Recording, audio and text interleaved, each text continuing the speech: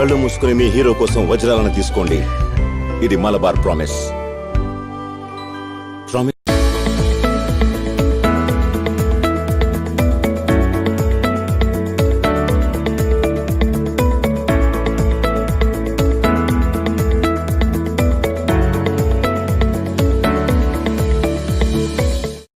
Hello and welcome back to another episode of Sathi series on TVASIATELUGU channel for Healthline. I'm Varsha Singh, your host, and I will be bringing you today a wonderful physician who is part of Sathi for many years. Today, it's our privilege and honor to talk with a physician who is working in pulmonary medicine and sleep medicine. So please join me in welcoming Dr.JAG Sunderram. Let me say a few words about Dr.JAG Sunderram, who is visiting us today in our TVASIATELUGU channel studio and talk to us about what he does to make things better for people in community and how his expertise is helping many people, many patients for pulmonary need and sleep apnea need. So Dr.JAG Sunderram is Professor of Medicine and Chief Pulmonary and Critical Medicine Division Chief at Rutgers R.W.J. Medical School.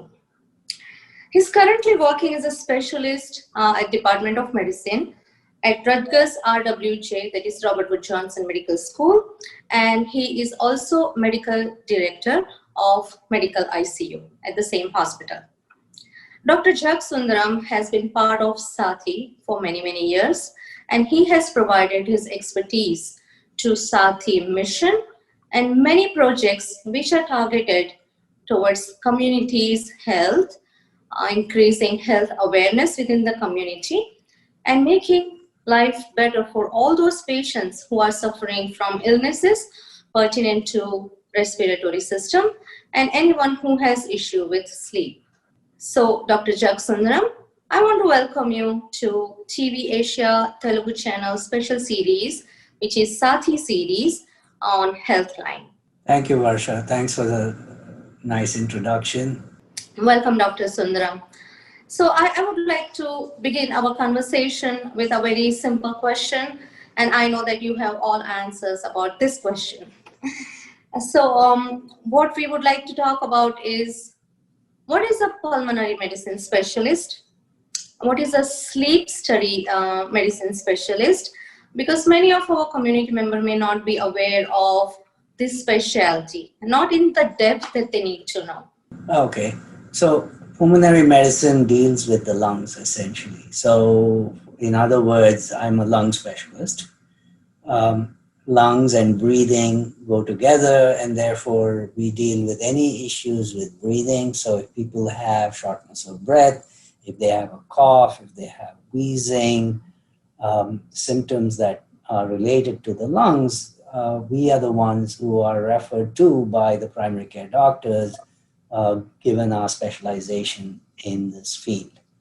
In terms of sleep medicine, it is interesting because pulmonologists happen to become sleep specialists as well because of the connection between breathing and sleep and breathing during sleep. So when we sleep, our breathing can be affected. And one of the commonest conditions is obstructive sleep apnea that happens at night when you sleep. And so pulmonologists became very interested in sleep medicine. So although we deal a lot with obstructive sleep apnea, we also, because of our specialization in sleep medicine, deal with all kinds of sleep disorders, including commonly insomnia, and some specific disorders such as narcolepsy, which is a very specific disorder of sleep, and so on. So we not only are able to deal with the breathing issues with sleep, but other general sleep disorders as well. Thank you, Dr. Sunderram. So this is what you informed us about what is your specialty. And I would go further and ask you, give us some details about how did you get started with Sathi And what was it that brought you to this group of, I would almost call them as a philanthropic physicians, because they really go out of their way and invest their time into advocating health in our community. So please share your. Absolutely. Yeah. So, as you know, Dr. Gaur is the main director of the Sati program. She is a professor of pediatrics here in our medical school. And Sati is really based in the medical school. And a lot of us from the South Asian community were very interested in the general health of the South Asian community as a whole within the United States. And especially in the Central Jersey area and New Jersey, because we have a very large population of them. There are lots of issues that happen to the South Asian community that is highly specific to the South Asian community. And so when Dr. Gaur approached me and said, you know, you have a specialization in lung diseases and in sleep disorders, would you have an interest in joining Sati? I was more than happy to lend my expertise. And so, you know, there's a lot of interest, especially because sleep disorders are very common in the South Asian community. Sleep apnea is actually very common in the South Asian community. And there's a lot of complications related to sleep apnea, such as diabetes, heart disease, things like that, is also very common in the South Asian community. Metabolic syndrome, which is commonly what we deal with in the South Asian community, is actually likely precipitated by untreated sleep apnea. So there are a lot of issues that South Asians have to deal with that are very near and dear to my heart. And so I felt that my contribution to the community could be through Sati, through my knowledge of this disorder and helping the community understand and learn more about the relationship between sleep and breathing, especially in terms of sleep apnea and their general health. Thank you, Dr. Sundaram. So I know that we are going to go a little bit further in discussion about what are those conditions and what is your approach and how do you incorporate community education when you are taking care of those patients. But right now, the most burning question that our viewers have is related to our current pandemic. COVID, and we all know that how strongly it is associated with respiratory system symptoms, and then there is not a really clear understanding of how can a common man make a judgment and not really get stressed about whether they actually have a COVID symptom or they are experiencing a common flu symptom, influenza, or they have actually a condition which is underlying, which can be a serious chronic lung disease. So as an expert, if you can just elaborate how to differentiate so that there is no anxiety within the community right now that they are experiencing and there is no ambiguity. That's a very good question, Varsha. By the way, I happen to be a critical care physician as well. So as part of our specialization, we do pulmonary medicine, but also critical care medicine. So we take care of, and the reason pulmonologists become critical care medicine as well as sleep medicine physicians is because, as you know, in the ICU, in the intensive care units, oftentimes patients have difficulty with breathing and we take over their breathing and we put them on mechanical ventilators. And when we do so, we need to understand how breathing normally happens, the normal physiology of breathing. And so we are best positioned to be able to manage ventilators, for instance. And that's why we become critical care physicians as well. And as a critical care physician, I can tell you this pandemic has been extremely difficult for us because we saw a lot of patients in the ICU. I can imagine.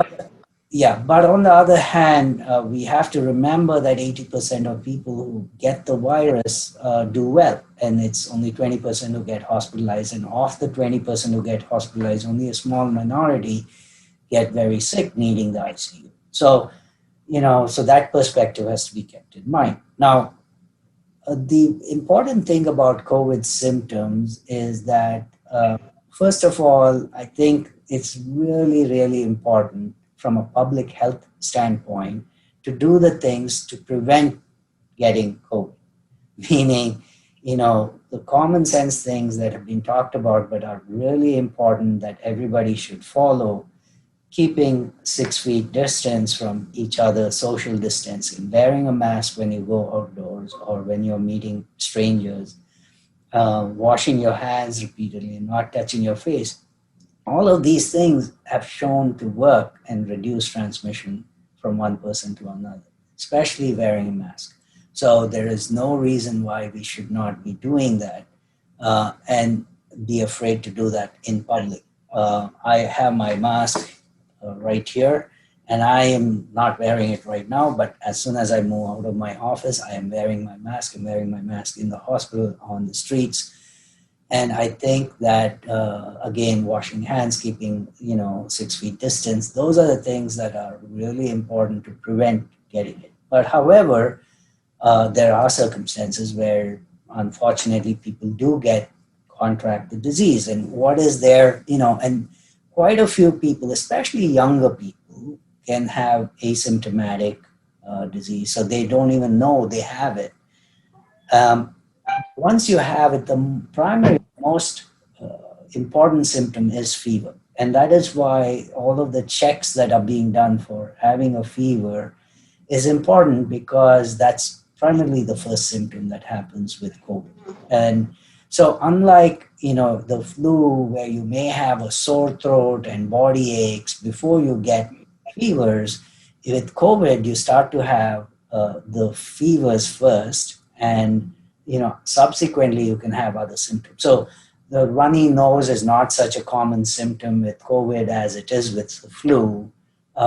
So more so you'll have the fevers first, then you'll start to have aches and pains. You can have a lot of abdominal symptoms that are not seen with the flu. So you can have abdominal bloating, watery diarrhea, things like that, or nausea. Those are things that are more commonly seen with COVID rather than with the common flu. Now, and then you can have a cough, especially, and some chest tightness and difficulty with breathing. So it's really, this spectrum of symptoms, which begins with fever and then being very, achy, and then followed either by a cough or shortness of breath, that should kind of make you worried that this may be COVID. But on the other hand, if you have a runny nose or sore throat, which you can get with COVID, I'm not saying you can't get that, but the sequence with which these symptoms happen is usually a sore throat followed by fevers, followed by achiness, or fever, following the sore throat and achiness is more likely the flu. I think, Dr. Sundaram, you really analyzed and you gave a really great algorithm to our community members who are watching this right now. So they will be checking it off, that I will check off the box, I don't have fever, and then they can relax a little bit, because that's how you said that it's actually initiated, versus starting with a sore throat and itchy nose and general body ache. They should be thinking it is more like flu. So it reduces their anxiety to a certain degree. And also you made a really great point that they need to really watch. So it makes sense now that everywhere now they are checking the temperature first, even before they go forward making a judgment that, oh, you have COVID because now you have body ache or you have stomach pain. So it's really important to know. So thank you for sharing that with the community member. I know that you have gone through this whole season, and I would say it started in March, actually in New Jersey. Other places it started much earlier, but we know that March 6th, that was the date. And then now it is September, and we are still dealing with it. So if you can share a couple of your experiences, you have dealt with many patients, and you can tell that it is true. The COVID is real, and it's happening, and we really need to be aware that we need to take care of ourselves and not take it lightly. And coming from a specialist like you will really make a great impact. Thank you, Varsha, and thank you for emphasizing that. It's while we understand that, most of the people will do okay, we need to also understand that what happens with COVID to people who have certain vulnerabilities, like the older people population. So your elders are at much higher risk for falling very ill with COVID. They're the ones who can get very sick. If they have diabetes, if they have heart disease, they have an increased risk for falling very sick and getting severe COVID symptoms. So it's not necessarily, the idea is that, yes, individually, you're young, you're healthy, you can get COVID, you won't even know it, and so who cares, right? But that's not the point. The point is we have social responsibility. We are going to be transmitting this to somebody who's a very vulnerable person who will walk away getting very sick. So you have to think of that more so than yourself. Think about society, think of the people you're going to infect, and think about the unfortunate events that can happen to somebody who has received, who happens to be exposed to you and gets this illness.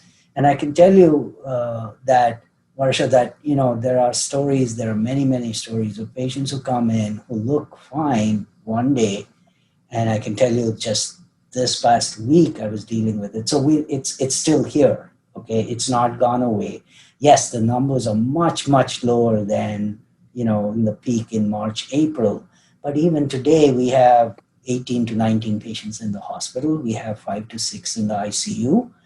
And these patients came in. One of the patients who came in didn't need oxygen, was looking okay. She actually came in for some other reason, but then quickly started to need more and more oxygen and has ended up in the ICU needing support, needing ventilatory support. And that's what happens with COVID, is that unfortunately, it's very hard for us to predict who is going to have that kind of outcome. We know men are at higher risk. We know that older people, if you're over the age of 65, you're at higher risk. We know that if you have comorbid diseases like diabetes, especially if you're overweight or obese, you're at higher risk. If you have cardiovascular disease, you're at higher risk. So those are the people in the population who have to be particularly careful in not exposing themselves to any transmission from the virus, right? And I can tell you that those are the people who come in looking fine and then over the period of 24, 48 hours get very sick and get to the point where they go into the ICU. The good news is that we now have certain treatments for COVID. So we have remdesivir and we have steroids. So Decadron has been shown to be useful in COVID, and we started as soon as somebody needs oxygen, we start them on steroids and on remdesivir. And I can tell you, I saw this elderly lady who had come in, who again, it's not clear where she got it from, and she says that her grandkids were with her. She got tested about a week prior to admission. She was negative. But then she got retested because she started to have fevers and then turned out to have positive COVID. Came in over the next day or two, started to need more oxygen, and we started to worry, oh my God, she was on the general floors and she was needing a lot of oxygen, and we were thinking, oh, we may have to transfer her to ICU. But we had started steroids and remdesivir, and I'm happy to say that she actually went home today. So, wow. We are having success stories all the time. But we are also having, on the other hand, very sad stories where the unfortunate thing with COVID is it can scar the lungs, and there's no reversing that. And once the lungs scar up, patients cannot breathe on their own. They need ventilatory support for long periods of time. And sometimes they make it, sometimes they don't. So it affects not only the lungs, unfortunately, it affects the kidney, it affects the brain. And so this is a very serious illness. It's not anything like we've seen. That was really, I almost felt I was in ICU, standing next to you, treating that patient. So the description was really vivid. And I can understand the way you are describing. And it sends a message to everyone that we really have to take this seriously, not lightly. And we really don't know much about how it's progressing, how we are getting it. So the best protocol, as you suggested, masking, hand washing, and protecting ourselves. Right, and keeping safe distance, because I was talking to this elderly lady and saying, transmission rates in New Jersey are so low. So where did you get this from? And, honestly, Varsha, she couldn't tell me where she got it from. And that's very scary because, that means there could be community transmission still going on, which is what led to that big surge in cases previously. So, being the healthcare professional, being at the front lines of this thing, being in the ICU, I worry that, people's behaviors will decide whether we have a second surge or not, more surges, right? Because if people behave irresponsibly, then we at the other end of it are seeing it. And we're seeing patients who shouldn't be there. I agree with you, Dr. Sundaram, because we think that there is enough education, but we see that there is not enough awareness, and that is evident through many ways. Cases coming in, and they will not realize, I don't know how I got it, but at the same time, they might be touching surfaces. They might be not washing their hands like we do in our hospital setup. We have a protocol. You are washing your hands probably 50 times a day, right? And we are wearing masks regardless wherever we go. So I think this is a great avenue. This way the community is getting the message. It almost translates like that now we are taking the standard precautions out of the hospital, and we need to treat every surface and everybody as if they are infected. And that is, I think, the only way to be a little bit extra vigilant and do it extra hand washing and always masking so that we contain this. I think you are sending a really strong message to the community. So I believe that we did discuss a very significant point about COVID and your role in treating the patient. And so I wanted to bring this conversation to your the regular pulmonary medicine practice, where you treat patients who have equally disastrous, or I would say disabling respiratory system diseases, and you manage them as well. So you have COVID patients as well as those patients who have chronic lung diseases. If you could throw some light about what are those lung diseases which the community can actually understand that, oh my God, I need to go and see a pulmonary specialist. What are those conditions that we should be aware of, and if possible, we can prevent it? Right. So that's a very good question, Varsha. The important diseases that I see, asthma is a very common condition. Oftentimes, I see actually a lot of my patients are from our community, and they have asthma, and unfortunately, for whatever reason, they have not paid too much attention to their symptoms, and they let it go for long periods of time. And the problem with asthma is that if you let it go for a long period of time, there is ongoing airway inflammation that leads to fixed airways obstruction. So asthma is a condition that is intermittent airway obstruction. So it's like, you and I are sitting here talking normally, right? But suddenly, let's say I'm exposed to an allergen that I was unaware of, or even maybe I'm aware of. So somebody walks by wearing a particular perfume that I'm allergic to, or I'm walking and I'm allergic to certain grasses or trees, and I suddenly have this sensation of chest tightness and, I can't breathe. That essentially is the airway narrowing because it's been exposed to this allergen and it's reacting to that allergen. A lot of inflammatory mediators are released by that allergen, and the airway narrows and becomes inflamed. And so, it constricts. And so that constriction of the airway causes somebody to feel like I can't breathe, out air. And so, the treatment is obviously to open up the airways and also reduce the inflammation. But if somebody so this is always reversible, and it happens briefly. So patients may say, okay, I'll take a little inhaler, or may not. And then, after a while, they feel a little better. And then they start dealing with it as if it's a normal everyday thing, that it's okay to have this shortness of breath or wheezing or chest tightness feeling.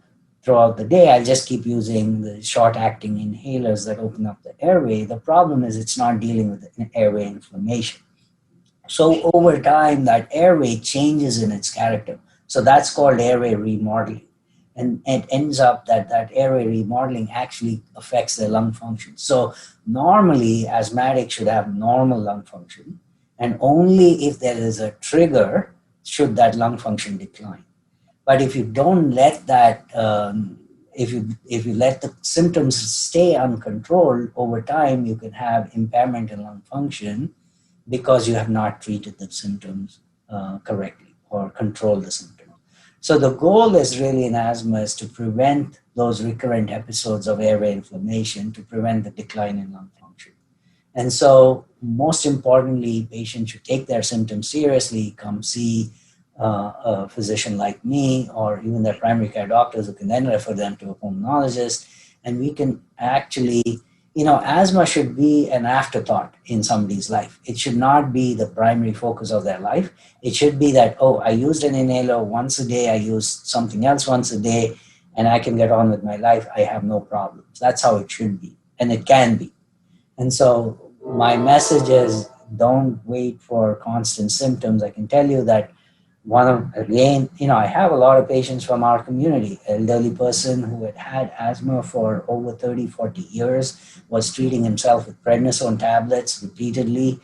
His airways were completely remodeled. His lungs, the base of the lungs had been destroyed because of chronic asthma. And I switched him to certain inhalers. And now we have some very important biological agents that act against some mediators within the airway that can block the inflammation and the response of that inflammatory marker.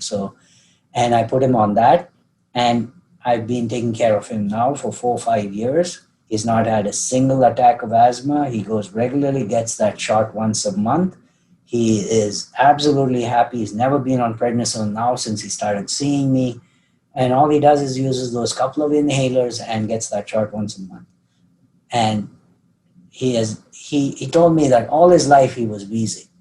And ever since he's seen me for 5 years now, 4 or 5 years, he stopped wheezing. Dr. Sundaram, it sounds like, the typical image of an asthmatic is someone wheezing all the time, right, weak, out of breath, sitting in a chair, not able to do his daily functions of life easily. So listening to you, it sounds like that is not the case now. If you are taking appropriate medication, which means you can actually simply enjoy the quality of your life and you can continue to do everything that you can enjoy. And as long as you seek the treatment earlier and follow it appropriately as per the specialist advice. Correct? Absolutely. So I think that's really an important message, and it also I think it's eliminating the myth about that how our South Asian community looks at chronic diseases. That this person has asthma, now that person is completely not able to do a couple of things, right, or diseased, or he has some degree of disability. So I think it eliminates a little bit taboo associated with this chronic disease. So thank you so much for sharing that. I want to talk a little more about a couple of other chronic conditions, if you don't mind, which comes to mind of course, in our community. What we see is very interesting. We see elderly women from the South Asian community who come in with what looks like COPD. And I think people, for those who are not familiar with COPD, it's chronic obstructive lung disease or pulmonary disease. And it is, somewhat similar to asthma, but not the same, because COPD is usually where, again, I told you that the airway is narrow and there's fixed airways obstruction and the lung function is impaired. Well, that's what COPD is. And what is interesting is, obviously, in our community, smoking is very low, at least among women, right? So why are they coming to see me? And they have classical features of COPD, and it looks like they have COPD not from smoking, but from air pollution and from, indoor heating, things like that. If they've not had, natural gas, but they've had, smoke producing burning devices that are there, then they can get COPD as well. And we see a lot of that, especially in older women who have used wood stoves and things like that when they were growing up, when they were much younger. So something that again can be treated, can be diagnosed, and we can limit the decline in lung function by properly treating them with appropriate inhalers and so on. Sundaram, question. Does it apply also to the secondhand smoking? Because you are talking about COPD, which is more related to smoke inhalation, right? Correct. And that causes kind of an obstructive disease, Right. and it leads to a difficulty in breathing. And these are the people who may not realize why they are experiencing it, because it's gradual. Correct. Right? Exactly. Secondhand smoke is an important cause, especially in childhood, for recurrent infections, and they can get like chronic bronchitis. You have to be in the same room as a smoker who's smoking very heavily and be exposed constantly to indoor smoke with very poor ventilation to get COPD as a result of secondhand smoke. The reason I think that elderly women, especially who in the old days where the kitchen was with very poor ventilation and they were using, fire burning stoves and things like that, where, they were literally inhaling the smoke, right? So that is the situation where we are talking about where they can get. Yeah, so I think what I'm hearing in your talk is also that don't stay inside, get out and get some fresh air. Oh, yes. If you're getting out and getting fresh air, please wear a mask. Yes, that too. Nowadays, it's essential. It has become a new norm that don't forget your mask at home, walk out, but wear your mask, protect yourself and protect others as well. Social as well as personal responsibility. Dr. Sundaram, thank you so much for sharing so many key points. It's really essential. I wanted to cover so much more. Probably, I don't think that this one session will be enough for us. But let's focus on your second specialty. And I strongly believe that if I don't get good sleep, I'm non-functional. I can't do anything. And I believe that it's true for many, many, many. And sometimes they do not understand why they are not sleeping well. And there can be physical or some underlying disease condition, and they might be complaining about the bed or the pillow or the room or the heat, but they may not understand that they really need to see someone regarding their sleep need. So I would really like our community to listen to you about what is this sleep disorder and why it is important to pay attention to that. We can spend hours on this, Varsha, on talking about sleep and sleep disorders and, why sleep is essential. And like you said, sleep is essential. I mean, it is really important for, our energy levels. We have to rejuvenate our body, essentially. And that's what happens with sleep.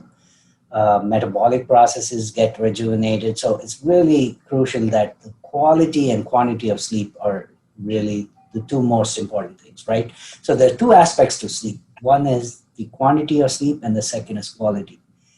And I can tell you that in our society today, most people have inadequate sleep just because they're sleep deprived, essentially because of the number of devices they have, right?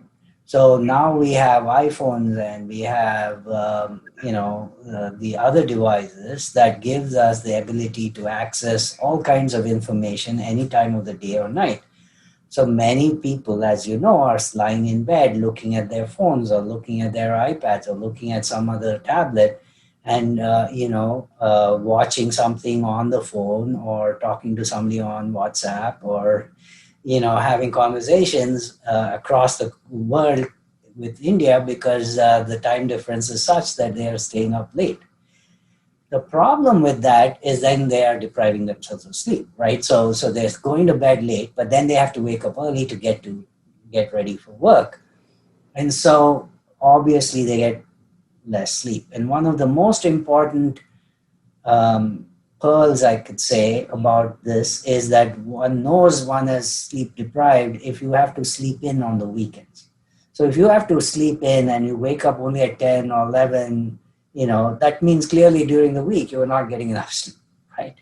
So one of the things I would argue is that bright lights just before going to bed is a very bad thing, because bright light sets a circadian rhythm, and bright light, there is a reason why we all are awake during the day and asleep at night. It's the circadian pattern, and it's very important to be within that circadian pattern of being awake during the day and asleep at night, because for metabolic health, for instance, there's data now to show that if you're not in sync with your circadian rhythm, you get all kinds of illnesses, chronic illnesses.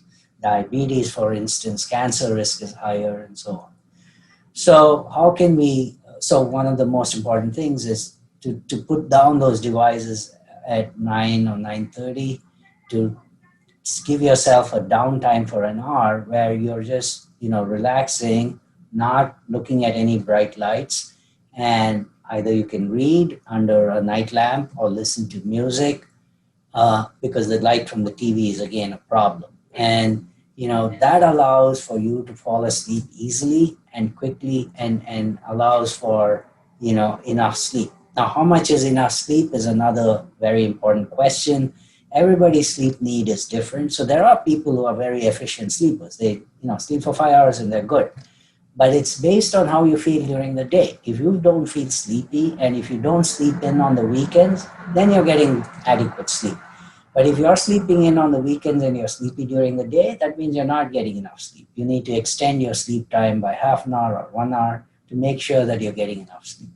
So in general, what we know is if you get less than 6 hours of sleep, there's an increased risk for cardiovascular disease.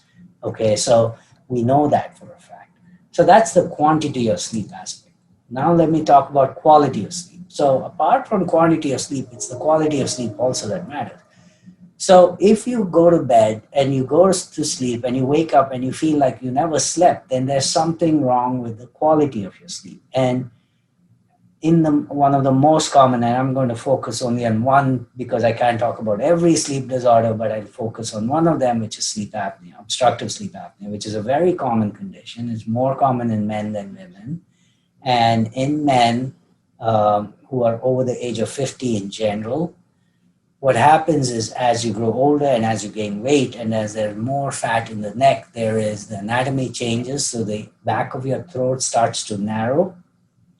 And so what happens is that the reason we get this entity of sleep apnea is that it's a very interesting thing that we all have a very compliant, pliable tube here at the back of our throat, right? Between the hard palate or soft palate here, okay, and the voice box. So it's a soft tube. And the reason we have that is we have to swallow, we have to talk. So that's why, we need it. But the problem with that is because it's a soft tube, it can easily collapse and obstruct the airway, right? It doesn't happen during the day and when you're awake because there are muscles that surround this tube that keep it open, okay?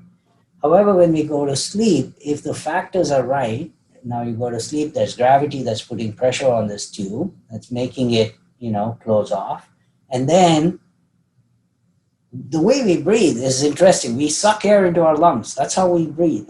So, I know that our community, they're very good in physics and math, so I can talk in those terms, but basically the laws of physics is that if you're applying negative suction pressure on a soft tube, the tube is going to collapse onto itself and close off, right? That's the way we're breathing. We're sucking air in to allow for this collapse, and it doesn't collapse when you're awake and when you're because there are these muscles that keep it open. But when you go to sleep, there's gravity that's compressing this tube, and those muscles that were keeping it open, they lose their tone. So what happens is you suck air in, this tube is going to close off and completely obstruct the passage, airway. And so actually, the term obstructive sleep apnea, the term obstructive makes sense, sleep makes sense, but apnea is a stoppage of breathing. In fact, there's no stoppage of breathing. Because the person who's obstructing their airway, it's like somebody's choking you, right? They're making an effort to breathe. They're actually trying very hard to breathe, but they cannot get air in because the more they suck, the more tight the airway closes off. And that's what an apneic event is. Okay, that's what we see in men over the age of 50, but that doesn't mean women can't have it. In fact, when women hit menopause, they have the same symptoms as men. So for some reason, the hormones are very protective in women, but in older women, that hormonal protection is lost and they start to have the same symptoms. So what are the symptoms? Snoring, loud snoring. That's why the bed partner knows more than you that you have a problem. Because you go to sleep, you wake up in the morning, you feel horrible, but you don't know why. But your bed partner is noticing you're snoring louder and louder, and then suddenly you're stopping to breathe for a period of few seconds. You get worried, you jab them and you tell them move to one side and wake them up. When you wake them up, that muzzle opens up the airway. It allows for air to go in. They go back, they go back to sleep and they start doing it all over again. The bed partners tired, they turn around and go back to sleep. And sometimes they go sleep in a different room because they can't stand the snoring and the loud, What is the consequence of that? Well, if you have somebody closing off that airway repeatedly at night, first of all, every time the brain has to wake up to open up that airway a little to allow them to keep breathing, right? So they're going to be very sleepy. So the quality of sleep is horrible. They're going to wake up feeling they have a headache because every time you close off the airway, you don't get oxygen into your bloodstream and you can't get rid of the carbon dioxide. So high carbon dioxide levels give you headaches. They wake up with a sore throat because their throat is closing off and it's jammed together, the surfaces, and that causes them to have a sore throat.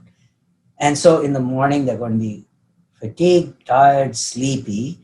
And the problem is this closure of the airway causes a loss of oxygen every time it closes off. So that drop in oxygen leads to a flight or fright response in the body. So every time the oxygen drops, adrenaline shoots up, blood pressure shoots up.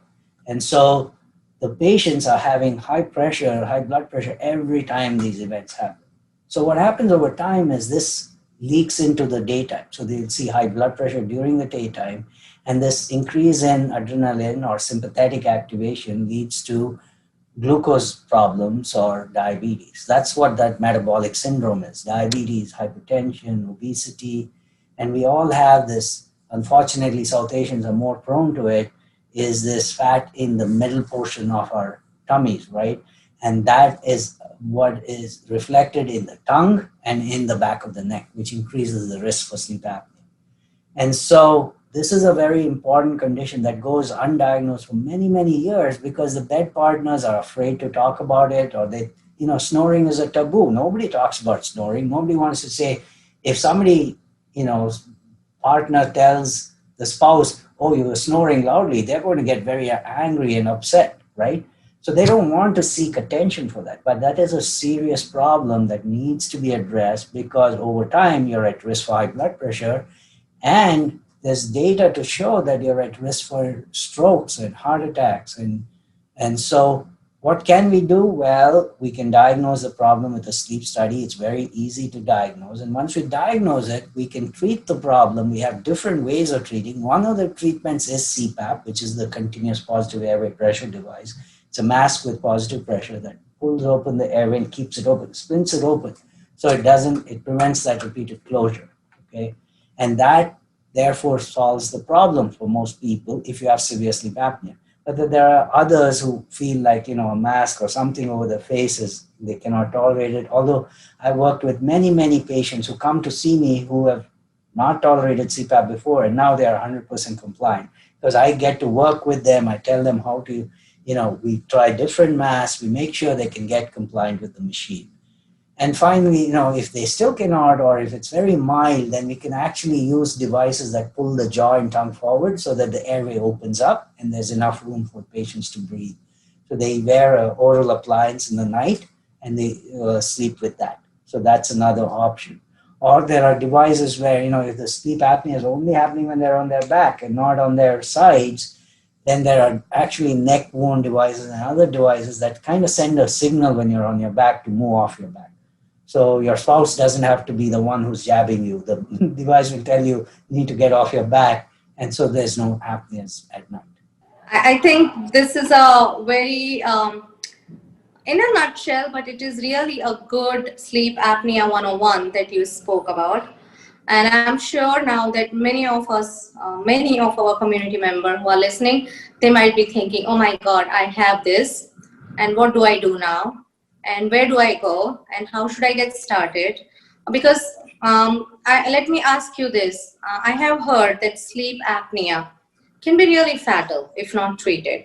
So as much as, the body's defense mechanisms are very good. So in that, when you obstruct your area and not getting enough oxygen, you will wake up. Okay. It's rare to be asleep and die from sleep apnea. But what happens is your blood pressure can shoot up so high that you can have a brain hemorrhage and you die from the brain hemorrhage. Or you accumulate fluid in the lungs, pulmonary edema it's called. Or you can even have a heart attack. So it's not directly from the sleep apnea, but other things that happen that are associated with sleep apnea that can kill you. Yeah. So if someone is having these doubts, like my partner is snoring and I'm not getting good sleep, I have headache when I wake up in the morning, and I always feel tired. And these are all the symptoms which are kind of offshoots of sleep apnea. And I'm always without energy. I'm always tired. And they are really zero it down to their sleep. They forget because they wake up and they start doing all those things that they're doing, but they forget that last night they didn't sleep well. Maybe so many nights they have not been sleeping well, so kind of they're accustomed to it and they're doing nothing about it. But listening to you, it really seems that it's very important to at least seek an opinion, consult, and check it off on your list. That's right. That's correct. And, so in our own division, we have at least 5 sleep specialists who can, so if people are looking to come see us, we're happy to see them on consultation. Obviously go to your primary care doctor. They can first do an initial evaluation, but as sleep specialists, we have a certain level of specialization that, that's why we're specialists, right? We can deal with these issues. So, many times primary care doctors are so busy doing multiple things, it's hard for them to focus on everything. So what happens is that if they prescribe CPAP, for instance, and the patient doesn't tolerate CPAP, it's not because, the doctor wasn't caring for them or the patient didn't do the right thing. It's just that it takes time and it takes education and it takes a lot of effort that we as sleep physicians give a lot more time and effort because that's what we're doing. That's the only thing we're doing, right? So I think for that reason, we feel strongly that patients should come see a sleep specialist and be diagnosed and treated. Dr. Sunderram, thank you so much for sharing all those tips and the information that you provided about pulmonary diseases, COVID, as well as sleep apnea. Not many of our viewers really know what sleep apnea is. So all those inside information, I would call it inside because it comes from the specialist. Finally, I would like to request you, what is your message to all our viewers so that they can really take care of their health as far as their lung condition is concerned and how they can take care of their sleep? So let me start with the sleep part because that's what I ended up with. But essentially, it's really important to take sleep seriously. So, we in our society have given less importance to sleep and more importance to everything else. And, we are doing things later and later into the night, which is affecting the duration of our sleep, reducing the quality and quantity of our sleep.